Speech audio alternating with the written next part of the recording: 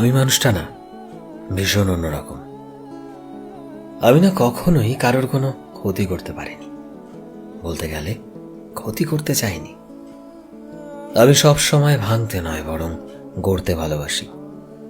জীবনে যতই কঠিন পরিস্থিতি আসুক না কেন, আমি নিজেকে কখনো হারিয়ে যেতে দেই না।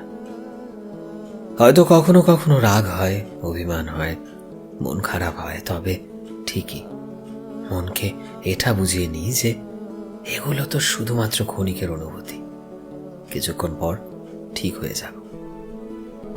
আর অল্প সময়ের মধ্যেই ঠিক এভাবে নিজেকে সামলে নিই।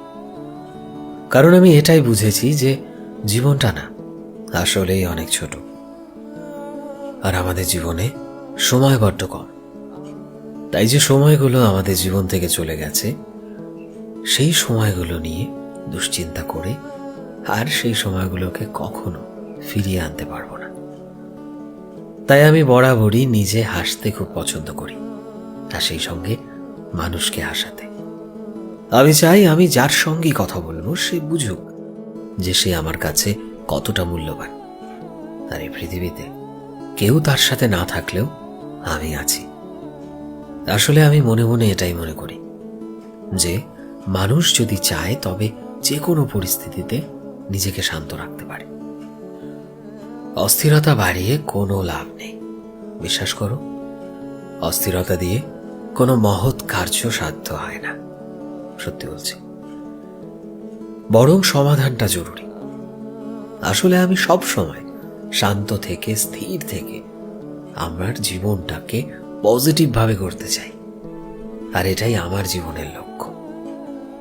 এবং আমি চাই যে এই লক্ষ্যটা ইন জেনারেল অর্থাৎ সবাই গ্রহণ করুক। তাহলে দেখবে জীবনটা অনেক বেশি সহজ হয়ে গেছে, জীবনে অনেক বেশি কনফিডেন্স পাচ্ছ তুমি, এবং সর্বোপরি আর কোনো হীনমন্যতা, আর কোনো ফ্রাস্ট্রেশন কিচ্ছু থাকবে না তোমার জীবনে। বিশ্বাস করো, একবারটি এভাবেও ভেবে দেখো। আশা করি অনেকটা পজিটিভ এনার্জি নিজের মধ্যে পাবে, আরো বেশি কনফিডেন্স পাবে, জীবনকে আরো নতুন করে বাঁচতে শিখবে, জীবনে আরো অনেক কিছু এক্সপ্লোর করতে পারবে, তবে সেটা অত্যন্ত পজিটিভ ওয়েতে। Trust me. সো ফ্রেন্ডস, আমি শোভন ছিলাম তোমাদের সাথে, কলমে বিশ্বজিৎ।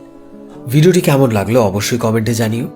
এই মুহূর্তে তুমি যদি আমাদের ফেসবুকে দেখে থাকো তবে প্লিজ আমাদের পেজটিকে ফলো করে দিও। চ্যানেলে নতুন হলে প্লিজ চ্যানেলটিকে সাবস্ক্রাইব করে দিও। আর যারা অলরেডি সাবস্ক্রাইব করেছো তোমাদের সবাইকে অসংখ্য ধন্যবাদ। দেখা হচ্ছে নতুন একটা দিনের নতুন একটা ভিডিওতে। টিল দেন সবাই ভালোবাসায় থেকো এবং সবাইকে ভালোবাসায় রেখো। Thank you.